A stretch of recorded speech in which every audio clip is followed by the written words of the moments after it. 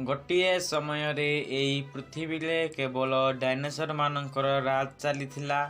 ସେମାନେ ଚାଲୁଥିଲେ, ଖେଳୁଥିଲେ, ଖାଉଥିଲେ ଓ ନିଜ ନିଜ ଭିତରେ ମରାମାରି ହେଉଥିଲେ। ଏହି ବିଚିତ୍ର ଡାଇନୋସର ମାନେ ପ୍ରାୟ 14 କୋଟି ବର୍ଷ ପର୍ଯ୍ୟନ୍ତ ଏହି ପୃଥିବୀରେ ରାଜ କରିଥିଲେ। ଏହି ଡାଇନୋସର ମାନଙ୍କର କେତେ ଗୁଡ଼ିଏ ପ୍ରଜାତି ମଧ୍ୟ ରହିଥିଲା। ସେମାନଙ୍କ ମଧ୍ୟରୁ କେତେକ ଶାକାହାରୀ ଥିଲେ ତ ଆଉ କେତେକ ମାଂସାହାରୀ ଥିଲେ। କେତେକ ଶାନ୍ତ ସ୍ୱଭାବର ଥିଲେ ତ ଆଉ କେତେକ ଡାଇନୋସର ହିଂସକ ଓ ଖତରନାକ ପ୍ରଜାତିର ଥିଲେ। ଏହି ଡାଇନୋସର ସେହି ସମୟର ସବୁଠାରୁ ଶକ୍ତିଶାଳୀ ଓ ସବୁଠାରୁ ସଫଳ ଜୀବ ଗୁଡ଼ିକ ଥିଲେ। ଅଚାନକ ଏପରି କ'ଣ ହେଲା? ଆଉ କେଉଁ ଘଟଣା ଘଟିଲା ଯାହାକି ଡାଇନୋସର ମାନଙ୍କର ନାମ ଏହି ପୃଥିବୀରୁ ସବୁଦିନ ପାଇଁ ଲିଭିଗଲା? ଏହି ବିଷୟରେ ଜାଣିବା ପାଇଁ ହେଲେ ଆମକୁ ସମୟର କୋଟି କୋଟି ବର୍ଷ ପଛକୁ ଯିବାକୁ ପଡ଼ିବ। ଆଜିଠାରୁ ପ୍ରାୟ 6 କୋଟି 50 ଲକ୍ଷ ବର୍ଷ ପୂର୍ବେ ପୃଥିବୀର ବାତାବରଣ ଗୁଡ଼ିକ ଠିକ୍ ଥିଲା। ଚାରିଆଡ଼େ ସୂର୍ଯ୍ୟଙ୍କର ରଶ୍ମି ପଡ଼ିଥିଲା ଓ ଚାରିଆଡ଼େ ଦୂର ଦୂରରୁ ଜଙ୍ଗଲ ହିଁ ଜଙ୍ଗଲ ଥିଲା। ତା ସହିତ ପୃଥିବୀ ପୃଷ୍ଠରେ ଡାଇନୋସର ମାନଙ୍କର ଗର୍ଜନର ଧ୍ୱନି ଏହି ଭୂଭାଗରେ କମ୍ପମାନ କରୁଥିଲା। ଯେବେ ଏହି ସବୁ ଡାଇନୋସର ପ୍ରଜାତି ପୃଥିବୀକୁ ଆସିଥିଲେ, ସେବେଠାରୁ 10 କୋଟି ବର୍ଷ ପୂର୍ବରୁ ଏହି ଡାଇନୋସର ମାନଙ୍କର ଭାଗ୍ୟ ମୃତ୍ୟୁର କାଗଜରେ ଲେଖା ହୋଇଥିଲା। 10 କୋଟି ବର୍ଷ ପୂର୍ବେ ଗୋଟିଏ ଛୋଟ ଆଷ୍ଟ୍ରଏଡ୍ ବ୍ରହ୍ମାଣ୍ଡରୁ ଆସିଥିଲା। ସିଏ ପୃଥିବୀରୁ 20 କୋଟି ମାଇଲ ଦୂରରୁ ବୃହସ୍ପତି ପାଖରେ ଥିବା ସାନ ଗ୍ରହରେ ଆସି ମାଡ଼ ହେଲା। ଏହା ଦ୍ୱାରା ଏହାର ଦିଗ ବଦଳିଗଲା ଓ ପୃଥିବୀ ଆଡ଼କୁ ଏହାର ଗତି ଘଣ୍ଟା ପ୍ରତି 22,000 ମାଇଲ ଥିଲା। ଯଦି ଏହି ଆଷ୍ଟ୍ରଏଡ୍ ପୃଥିବୀର ଉପଗ୍ରହ ଚନ୍ଦ୍ରରେ ପଡ଼ିଥାନ୍ତା, ତେବେ ହୁଏତ ଡାଇନୋସର ମାନେ ବଞ୍ଚି ଯାଇ ପାରିଥାନ୍ତେ। କିନ୍ତୁ ଡାଇନୋସର ମାନଙ୍କର ଦୁର୍ଭାଗ୍ୟ ଯୋଗୁଁ ଏହା ପୃଥିବୀ ଆଡ଼କୁ ମାଡ଼ି ଆସୁଥିଲା। ଏହାର ବେଗ ଘଣ୍ଟା ପ୍ରତି 17,000 କିଲୋମିଟର ଥିବା ଯୋଗୁଁ ଏହା ବାୟୁମଣ୍ଡଳରେ ଘର୍ଷଣ ଦ୍ୱାରା ଏହା ଅଗ୍ନିପିଣ୍ଡରେ ରୂପାନ୍ତରିତ ହେଲା। ଏହା ଏତେ ସ୍ପିଡରେ ଆସୁଥିଲା କି 4 ମିନିଟରେ ଆଟଲାଣ୍ଟିକ୍ ମହାସାଗରକୁ ପାର କରିଗଲା।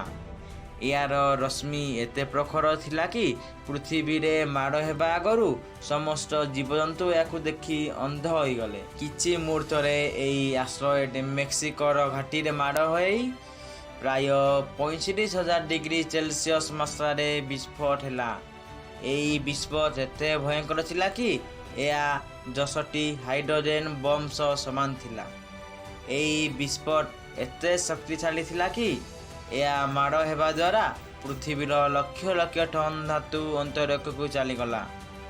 ଯେଉଁ ଜାଗାରେ ଏହା ପଡ଼ିଥିଲା, ସେହି ଜାଗାରେ 180 କିଲୋମିଟର ଚଉଡ଼ା ଓ 20 କିଲୋମିଟର ଗଭୀର ଗାତ ସୃଷ୍ଟି ହୋଇଥିଲା।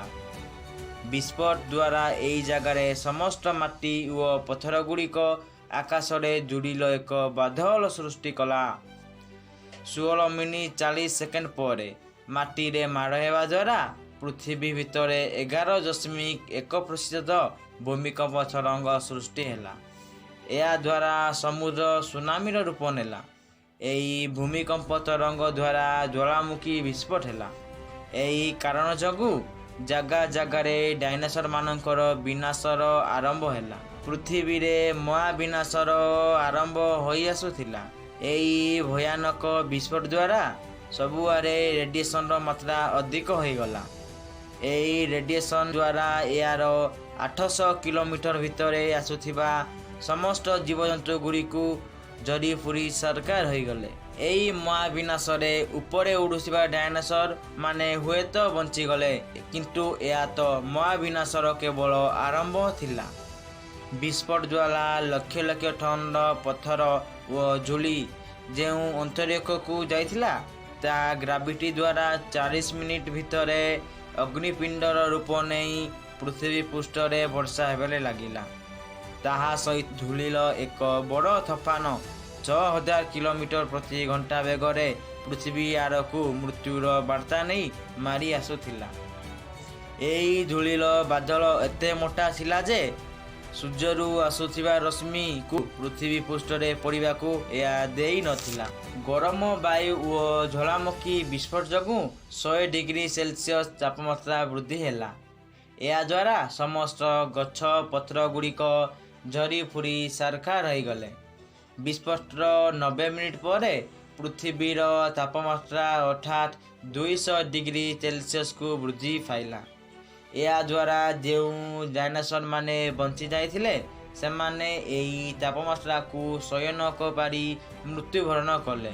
ଏହି ମହାବିନାଶ ଯୋଗୁଁ ପୃଥିବୀର ପ୍ରାୟ 90% ପ୍ରଜାତି ମୃତ୍ୟୁବରଣ କଲେ ଓ ଯେଉଁ 10% ଜୀବ ବଞ୍ଚି ଯାଇଥିଲେ ସେମାନଙ୍କ ମଧ୍ୟରୁ କେବଳ ସେହି ଜୀବ ଗୁଡ଼ିକୁ ବଞ୍ଚିଗଲେ ଯେଉଁ ଜୀବ କି ନିଜେ ନିଜର ଖାଦ୍ୟ ସଂଗ୍ରହ କରିପାରୁଥିଲେ ଓ ସେମାନଙ୍କର ଓଜନ 30 କିଲୋରୁ କମ୍ ଥିଲା।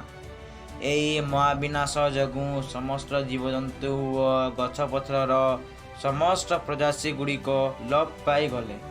ପୃଥିବୀରେ ଡାଇନୋସରର ବିଲୋପ ଯୋଗୁଁ ଛୋଟ ଛୋଟ ଜୀବମାନଙ୍କ ପାଇଁ ଏହା ଲାଭଦାୟକ ହେଲା। କିଏ ସେହି ଛୋଟ ଛୋଟ ଜୀବ? କିପରି ଏହି ମହାବିନାଶରୁ ସେମାନେ ବଞ୍ଚିଗଲେ? ଡାଇନୋସର ମୃତ୍ୟୁ ପରେ କିପରି ଜନ୍ମ ନେଲା ମନୁଷ୍ୟ? ଏହି ବିଷୟରେ ଜାଣିବା ପାଇଁ ହେଲେ ଭିଡ଼ିଓକୁ ଲାଇକ୍ ଏବଂ ସବସ୍କ୍ରାଇବ୍ କରି ବେଲ୍ ଆଇକନ୍କୁ ଅନ୍ କରି ଦିଅନ୍ତୁ, ଯାହାଫଳରେ ଏମିତି ଭିଡ଼ିଓ ସର୍ବପ୍ରଥମେ ପାଇପାରିବେ।